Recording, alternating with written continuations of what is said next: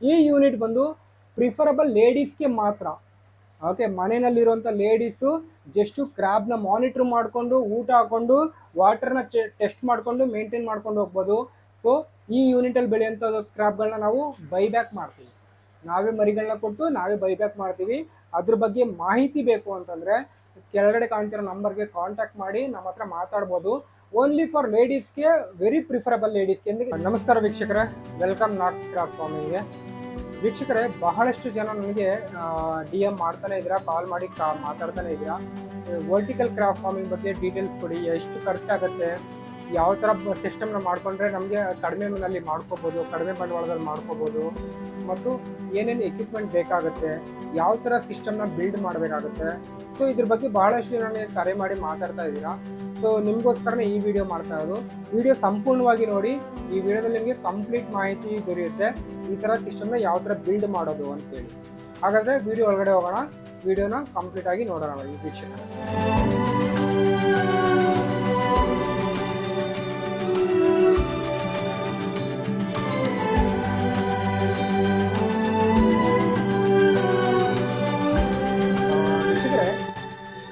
ನಾವು ಮಾಡ್ತಾ ಇರೋದು ರೀಸರ್ಕ್ಯುಲೇಟರಿ ಆಕ್ವಾಕಲ್ಚರ್ ಸಿಸ್ಟಮ್.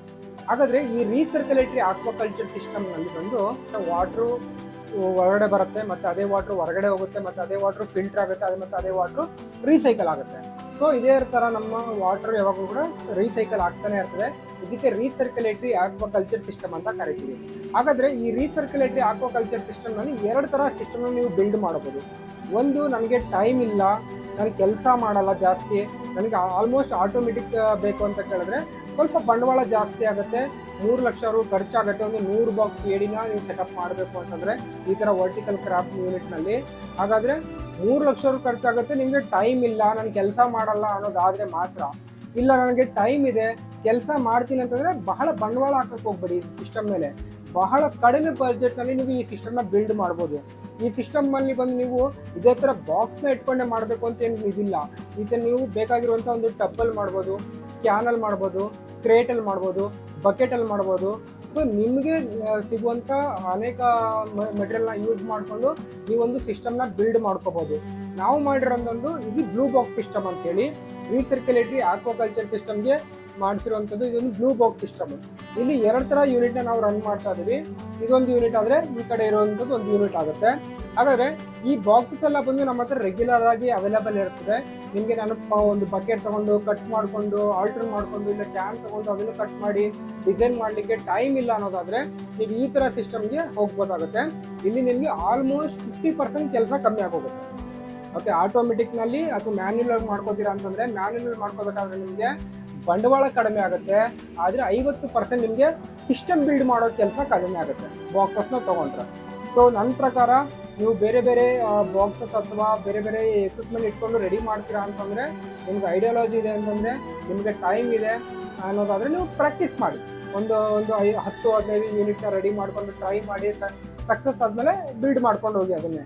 ಇಲ್ಲ ಅಂತಂದರೆ ನೀವು ಈ ಥರ ಬಾಕ್ಸ್ನ ತೊಗೊಳ್ಳಿ, ರಿಸ್ಕ್ ತೊಗೊಳಕ್ಕೆ ಹೋಗ್ಬಿಡಿ, ಈ ಥರ ಬಾಕ್ಸ್ ತೊಗೊಳ್ಳಿ, ಇದರಲ್ಲಿ ಇಟ್ಕೊಂಡು ನೀವು ಈಸಿಯಾಗಿ ಮಾಡ್ಕೋಬೋದು. ಹಾಗಾದ್ರೆ ಇದು ಬಾಕ್ಸ್ ಆಯಿತು. ಬಾಕ್ಸ್ ಮಾತ್ರ ಬರುತ್ತಾ ರೀಸರ್ಕ್ಯುಲೇಟರಿ ಸಿಸ್ಟಮ್ನಲ್ಲಿ? ಇಲ್ಲ, ಬಾಕ್ಸ್ ಜೊತೆಗೆ ಫಿಲ್ಟ್ರೇಷನ್. ಸೊ ನೀವು ಸ್ವಲ್ಪ ಎಕ್ಸ್ಪೆನ್ಸಿವ್ ಫಿಲ್ಟ್ರೇಷನ್ಗೆ ಪ್ರಿಫರ್ ಮಾಡ್ತೀರಾ ಅಂತಂದರೆ ಆಲ್ಮೋಸ್ಟ್ ಆಟೋಮೆಟಿಕ್ ಬರುತ್ತೆ. ಸ್ಯಾಂಡ್ ಫಿಲ್ಟರ್ ಬರುತ್ತೆ, ಕಾರ್ಬನ್ ಫಿಲ್ಟರ್ ಬರುತ್ತೆ, ಯೂಸ್ ಫಿಲ್ಟರ್ ಬರುತ್ತೆ, ಪ್ರೋಟೀನ್ ಸ್ಟೀಮರ್ ಬರುತ್ತೆ. ಇನ್ನು 20% ಕಂಪಲ್ಸರಿ ಕೆಲಸ ಮಾಡಲೇಬೇಕಾಗುತ್ತೆ. ಆಟೋಮೆಟಿಕಲಿ ಮ್ಯಾನ್ಯುಯಲ್ ಸಿಸ್ಟಮಲ್ಲಿ ಎರಡರಲ್ಲೂ ಕೂಡ 20% ಕೆಲಸ ಮಾಡಬೇಕಾಗುತ್ತೆ. ಆಟೋಮೆಟಿಕಲಿ 80% ನಿಮಗೆ ಕೆಲಸ ಕಡಿಮೆ ಆಗುತ್ತೆ, ಆದರೆ ಬಂಡವಾಳ ಆಗುತ್ತೆ, ನಿಮ್ಮ ಹತ್ರ ದುಡ್ಡು ಇರಬೇಕಾಗುತ್ತೆ, ಇನ್ವೆಸ್ಟ್ಮೆಂಟ್ ಇದೆ ಅಂತಂದರೆ ಬ್ಲೈಂಡ್ ಆಗಿ ಆ ಸಿಸ್ಟಮ್ಗೆ ನೀವು ಹೋಗ್ಬೋದಾಗುತ್ತೆ. ಆ ಸಿಸ್ಟಮ್ ಬೇಕು ಅಂದರೆ ನಾವು ಕೂಡ ಪ್ರೊವೈಡ್ ಮಾಡಿಕೊಡ್ತೀವಿ, ನಾವು ಕೂಡ ಇನ್ಸ್ಟಾಲ್ ಮಾಡಿಕೊಡ್ತಾ ಇದ್ದೀವಿ. ನಮ್ಮ ಹತ್ರ ಕೂಡ ಆ ಮಟೀರಿಯಲ್ ಎಲ್ಲ ನಿಮಗೆ ರೆಗ್ಯುಲರ್ ಆಗಿ ಅವೈಲೇಬಲ್ ಇರುತ್ತೆ. ಓಕೆ, ಹಾಗಾದರೆ ನಾನು ಬಂಡವಾಳ ಎಲ್ಲ ಕಡಿಮೆ ಬಂಡವಾಳದಲ್ಲಿ ನಾನು ಫಿಲ್ಟ್ರೇಷನ್ ಮಾಡ್ಕೊತೀನಿ ಅಂತಂದರೆ ನೀವು ಮಾಡ್ಕೋಬೋದು. ಕಡಿಮೆ ಬಂಡವಾಳದಲ್ಲಿ, ಅತಿ ಕಡಿಮೆ ಬಂಡವಾಳದಲ್ಲಿ ಫಿಲ್ಟ್ರೇಷನ್ ಮಾಡ್ಕೋಬೋದು. ಓಕೆ, ಇನ್ನು 20% ಕಂಪಲ್ಸರಿ ಕೆಲಸ ಮಾಡಲೇಬೇಕಾಗುತ್ತೆ. ಆಟೋಮೆಟಿಕ್ ಇರಲಿ, ಮ್ಯಾನ್ಯುಯಲ್ ಸಿಸ್ಟಮ್ ಇರಲಿ, ಎರಡರಲ್ಲೂ ಕೂಡ 20% ಕೆಲಸ ನೀವು ಮಾಡಬೇಕಾಗುತ್ತೆ. ಆಟೋಮೆಟಿಕಲ್ಲಿ 80% ನಿಮಗೆ ಕೆಲಸ ಕಡಿಮೆ ಆಗುತ್ತೆ, ಆದರೆ ಬಂಡವಾಳ ಆಗುತ್ತೆ, ನಿಮ್ಮ ಹತ್ರ ದುಡ್ಡು ಇರಬೇಕಾಗುತ್ತೆ. ಇನ್ವೆಸ್ಟ್ಮೆಂಟ್ ಇದೆ ಅಂತಂದರೆ ಬ್ಲೈಂಡ್ ಆಗಿ ಆ ಸಿಸ್ಟಮ್ಗೆ ನೀವು ಹೋಗ್ಬೋದಾಗುತ್ತೆ.